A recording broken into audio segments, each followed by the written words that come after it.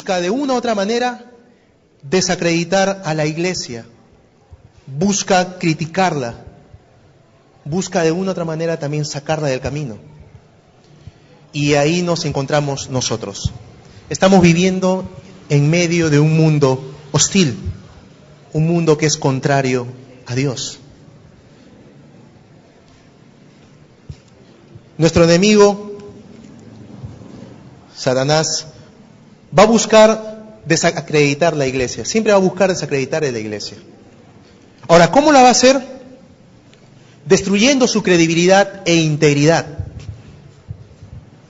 ¿Y de qué manera lo hará? Mostrando una iglesia envuelta en falsedad. Para poder traducirte esto, es cuando un creyente, un hijo de Dios, está comenzando a desconectarse de su Creador. Y su vida es tal que el enemigo toma esa vida para mostrar una falsedad de lo que es iglesia. Ustedes se han dado cuenta, hay varios ejemplos, inclusive en nuestras vidas, de personas que nosotros conocemos que se han apartado y que terminan siendo de mal testimonio para muchos. Y a veces tropiezo para poder alcanzar a personas que aún no conocen del Señor. Es una gran verdad. Y por eso el enemigo, para poder desacreditar a la iglesia, utiliza personas que están desconectadas de Dios, desconectadas de su Creador. Y eso también pasaba en los tiempos de Pedro cuando estaba en Roma. ¿Sabes? Los tiempos en los cuales Pedro estaba viviendo y él escribe la primera carta que tiene, él está dando esta carta a un público en el cual vivía en una sociedad grecorromana, una sociedad en la cual los acusaban a los cristianos de ateos. Ahora tú dirás, ¿cómo van a acusar a un cristiano de ateo? Muy sencillo. Era porque en esos tiempos los cristianos no se arrodillaban, no adoraban a los ídolos. Y por eso los grecorromanos, o los romanos, la sociedad de esos tiempos, decían que los cristianos eran ateos.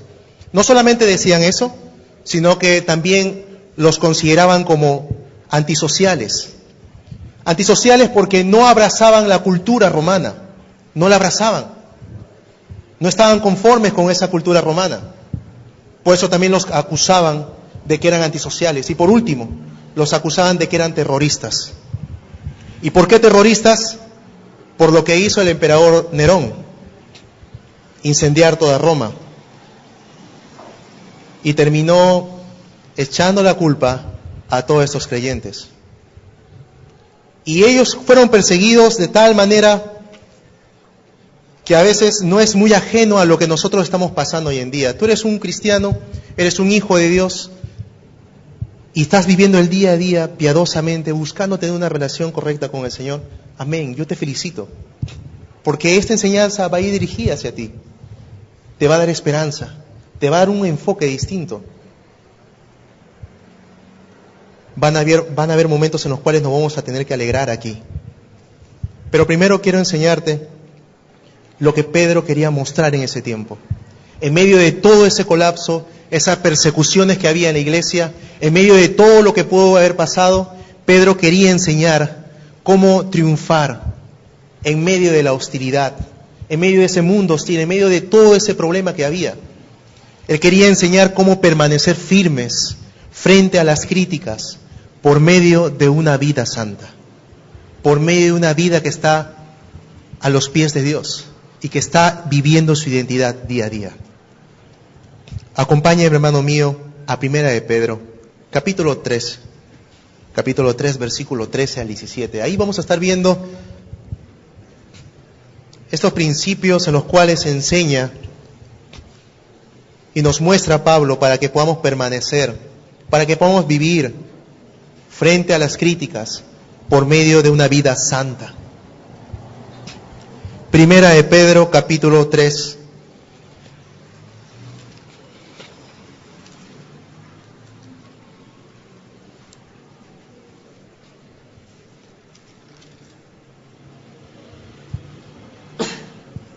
Ya sabes, si usted no tiene una Biblia, puede levantar su mano y ahí le van a acercar una Biblia.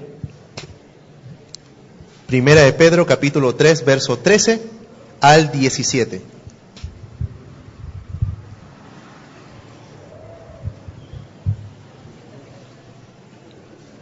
Pedro capítulo 3, verso 13 al 17.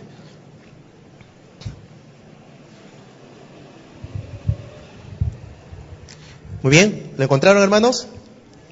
¿Sí? ¿Amén? ¿Lo encontramos? ¿Sí? Muy bien, vamos entonces a darle lectura. Dice: ¿y quién es aquel que os podrá hacer daño si vosotros seguís el bien? Mas también, si alguna cosa padecéis por causa de la justicia, bienaventurados sois.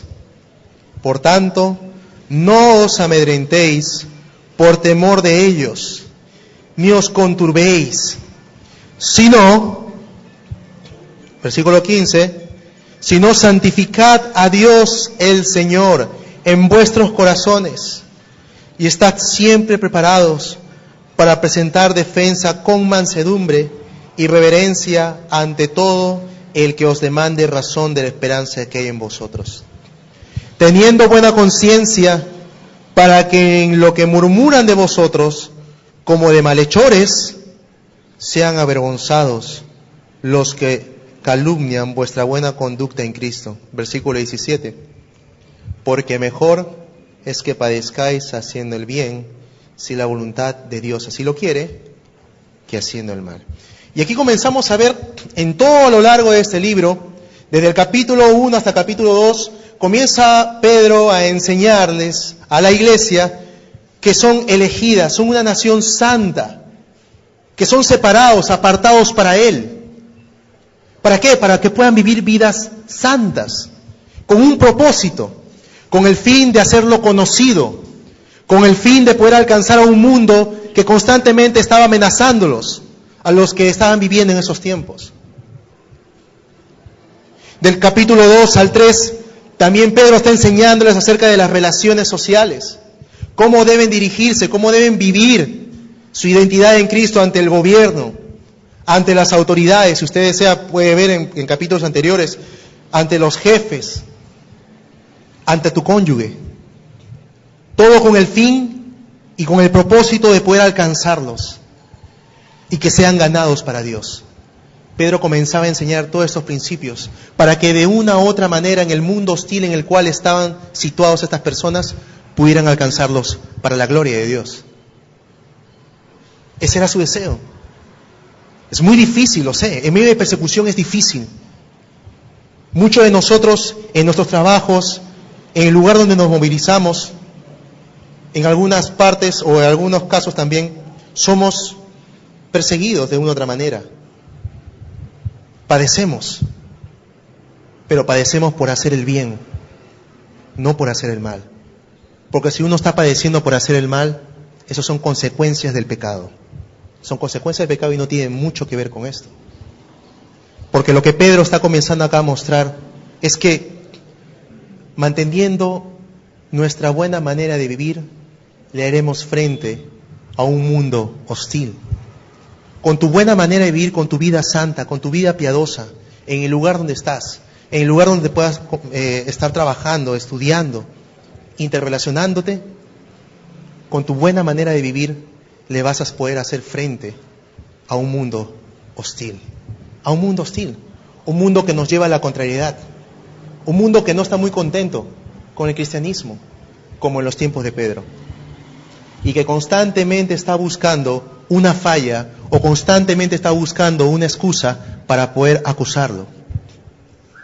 Y era así como los cristianos en los tiempos de Nerón se los llevaban a los circos romanos, en los cuales se los comían los leones, en los cuales era un circo para muchos, era diversión para muchos.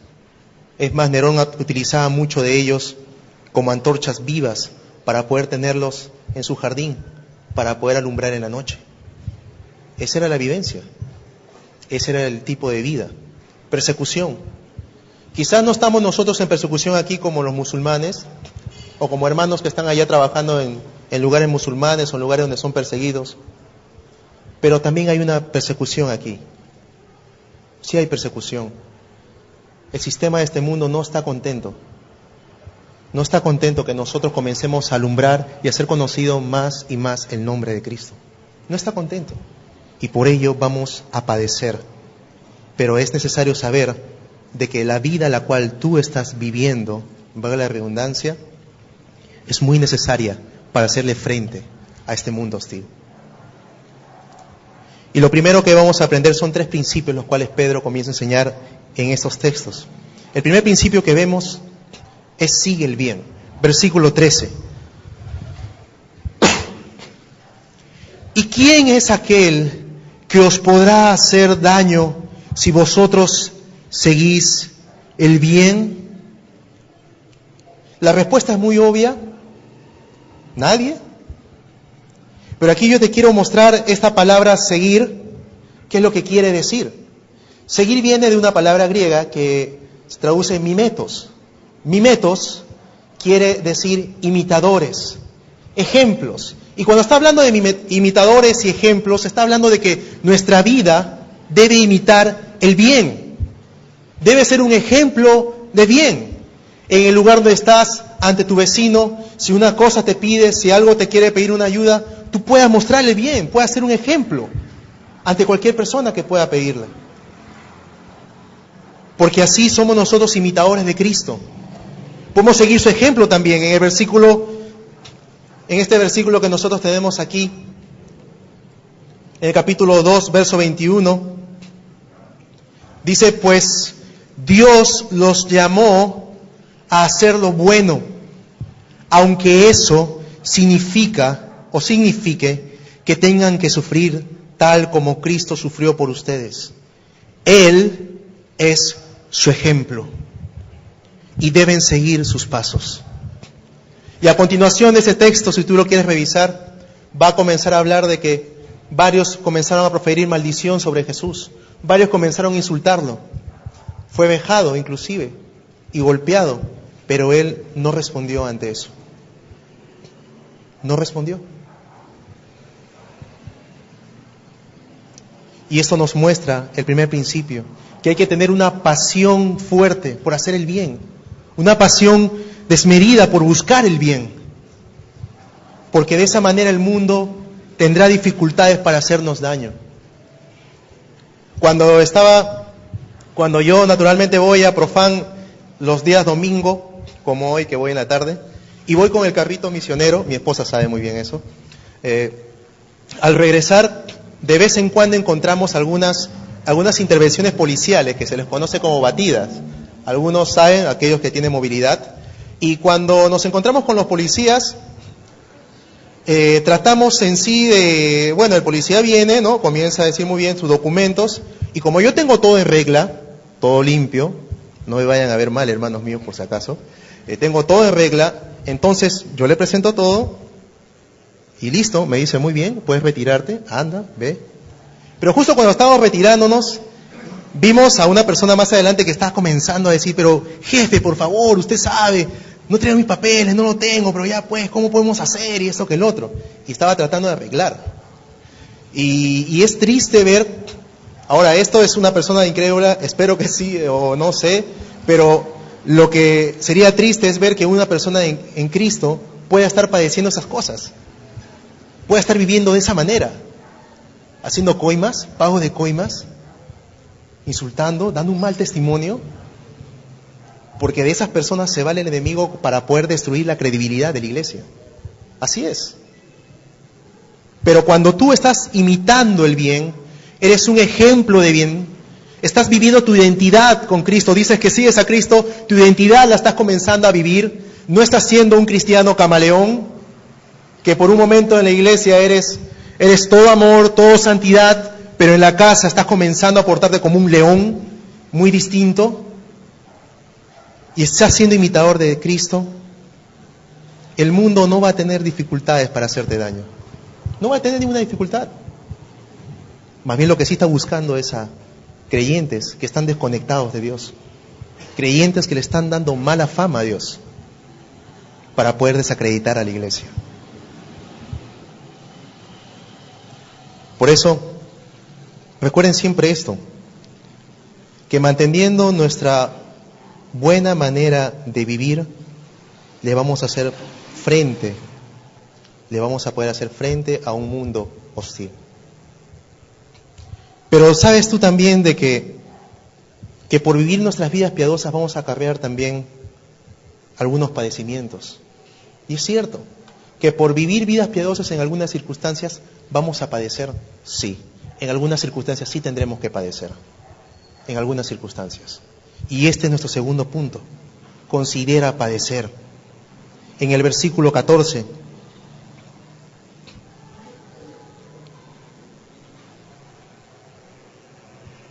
En el versículo 14 dice, más también, si alguna cosa padecéis por causa de la justicia, bienaventurados sois. Por tanto, no os amedrentéis por temor de ellos, ni os conturbéis. Y aquí dice en el versículo 14, más también si alguna cosa padecéis por causa de la justicia. Y aquí Pedro está comenzando a hablar y está considerando esto, el de padecer por hacer el bien. Nos muestra una posibilidad. Cuando dice ese más bien o más también, está diciendo, si hay la posibilidad de que por hacer el bien estás comenzando a padecer, si por causa de la justicia que tú estás practicando, por causa de tu nueva identidad con Cristo, estás padeciendo, bienaventurados sois. Bienaventurado. Porque dice en el Salmo 34, versículo 19, que la persona íntegra, enfrenta muchas dificultades, pero el Señor llega al rescate en cada ocasión. ¡Qué hermoso! Esto es algo muy hermoso. Pero debes saber que si tú quieres vivir una vida íntegra, estás viviendo día a día como Dios quiere, como Dios enseña, vas a tener dificultades. Vas a padecer algunas dificultades por amor del Señor. Y cuando está hablando acerca de la palabra bienaventurado, está dirigiéndose a una persona que es honrada, privilegiada con esto. Que si padeces y estás padeciendo por el nombre de Cristo, por hacer el bien estás padeciendo, entonces eres privilegiado. Tienes un gran privilegio allí. Tienes un buen privilegio. ¿Por qué? Porque Jesús lo decía en Mateo 5:10, versículo también al 12, y dice, Dios bendice a los que son perseguidos por hacer lo correcto, lo bueno, lo justo, porque el reino del cielo les pertenece. Dios los bendice a ustedes cuando la gente les hace burla y los persigue y mienten acerca de ustedes y dice toda clase de cosas malas en su contra, porque son mis seguidores. Alégrense, gócense, estén contentos, porque les espera una gran recompensa en el cielo. Amén. Dios honrará a aquellos que padecen por hacer lo bueno. Dios los honrará, les dará su honra a su debido tiempo.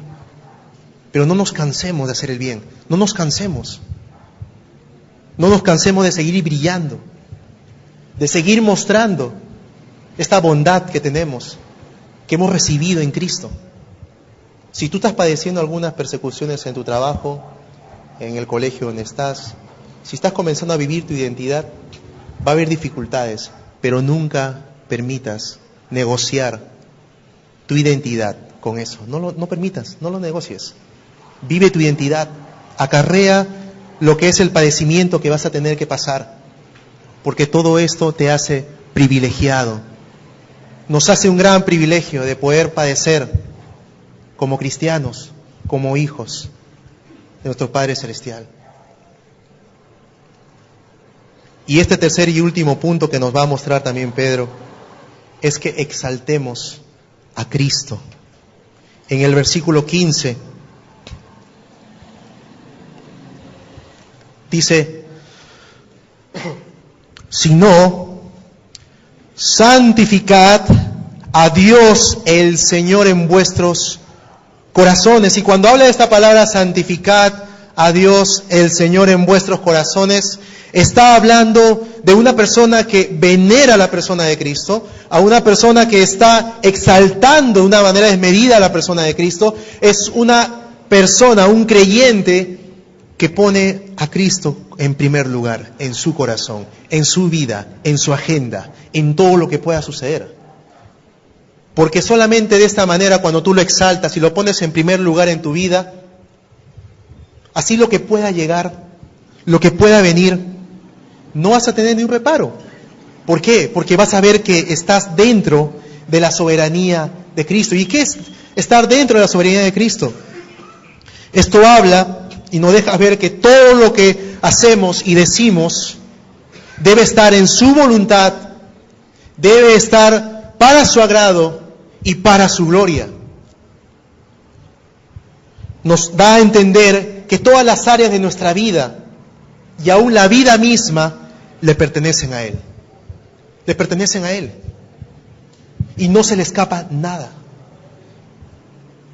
David Platt decía que nada nos sucederá en este mundo que se escape de la buena voluntad de un Dios soberano. Nada. Nada va a suceder que se le pueda escapar de las manos de Dios. Nada. Aún lo que tú estás padeciendo por el nombre de Cristo, aún por lo bueno que haces, te persiguen, te insultan, inclusive te pueden amedrentar y te pueden tomar como un malhechor o como una persona que no está haciendo lo que dice la empresa que hagas. Bueno, tienes que entender que Dios está al control de todas las cosas. Y esto nos da a entender una cosa, según el versículo 15 también en la segunda parte, que esto nos da una oportunidad de compartir de Cristo. Dice en el versículo 15, sino santificad a Dios en el Señor en vuestros corazones, y estad siempre preparados para presentar defensa con mansedumbre y reverencia ante todo el que os demande razón de la esperanza que hay en vosotros. Y aquí está comenzando a enseñar que cuando tú comienzas a vivir de una manera muy distinta como el mundo vive, y estás comenzando a recibir padecimientos por aquí y por allá, y las personas se acerquen y te digan, oye, pero si te ha insultado, ¿por qué no le insultas? Oye, pero si te estaba mintiendo, está calumniando, ¿por qué no vas? Lo acusas. Oye, si te ha golpeado, ¿por qué no vas y le devuelves el golpe? ¿Por qué no lo haces? ¿Por qué te quedas? ¿Por qué eres quedado? ¿Qué tienes? Bueno, esa oportunidad es precisa para que tú puedas decirle, yo tengo a Cristo, yo soy cristiano, no puedo devolver mal por mal. Y puedes tú hablar de la persona de Cristo ahí, donde estás, con mansedumbre, con total control. Puedes compartir. Porque yo me imagino que en los tiempos en los cuales Roma había sido incendiada por Nerón, todos los creyentes eran perseguidos y eran vistos como malhechores. Es más, cuando estas personas comenzaban a vivir vidas piadosas, hay un escritor que se llama Tácito, es un historiador romano en los tiempos de Nerón. Él no es cristiano, pero él decía algo muy, muy hermoso. Decía que cuando todas las personas estaban reunidas en el Coliseo romano, todos estaban reunidos y veían que un grupo de creyentes cristianos eran arrasados con total ferocidad por todas estas fieras, por todos estos leones o todos esos tigres o animales despiadados que comenzaban a comérselos. Dice que las personas alrededor comenzaban a tener misericordia de ellos. Y ese es el impacto que causa una vida íntegra hacia un mundo hostil. Ese es el impacto. Ese es el impacto que causa. Los romanos comenzaron a tener misericordia de los cristianos. Comenzaron a tener misericordia. Y este es un momento, una oportunidad para compartir de Cristo. También, según el versículo 16, teniendo buena conciencia, para que en lo que murmuran de vosotros, como malhechores, sean avergonzados los que calumnian vuestra buena conducta en Cristo. Y esto nos hace confiar. Si tú tienes a primer lugar a Cristo en tu vida, sigues el bien, estás padeciendo, sabes que Dios tiene el control absoluto, puedes aprovechar esa oportunidad para compartir de Cristo.